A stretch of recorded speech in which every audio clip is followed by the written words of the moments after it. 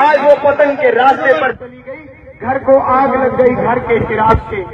अब आपको उठना पड़ेगा, अब आपको जागना और सजग होना पड़ेगा, क्योंकि दुनिया को अगर संदेश दे सकता है तो इस गुर्जर जाति का गौरव ही दे सकता है। अन्य किसी जाति में वो क्षमता नहीं है, वो वीरता नहीं है। और आज पूरे राष्ट्र को हमारे हरियाणा के मुख्यमंत्री ने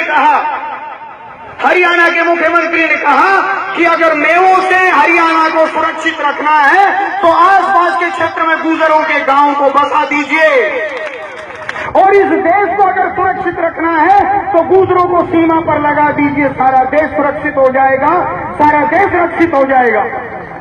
मैं किसी जाति का गुणगान गाने नहीं आया हूं यहाँ, पर मैं जो हकीकत है आज का नहीं हजारों वर्षों का इतिहास खंगाल कर देखिए, इस जाति ने सदा देश के लिए बलिदान दिया है, इस जाति ने सदा देश को सुरक्षित और रक्षित किया है, इसी जाति ने ब्राह्मणों को संतों को पूजा है, इसी जाति ने इस देश को रक्षित और सुरक्षित रखा है। आप इस जाति के गवाह हो सकते हैं, क्योंकि ये जाति जितनी पूज्य है उतना कोई दूसरा नहीं।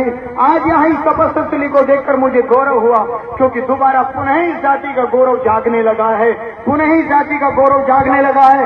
इतने बड़े भंडारे का आयोजन किया, आप सबने किया, मैं पुनः सबको आशीर्वाद यही देता हूँ कि दोबारा से जागे। उत्तिष्ठ जागृत प्राप्य वरानी बोध।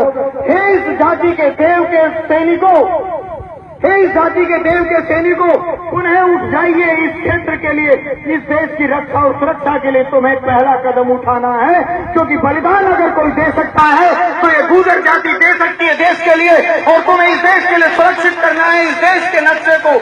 अन्यथा ये मुगल इस देश को क्योंकि कहा भी है मुगलों ने एक चीनी संगठन है, मैं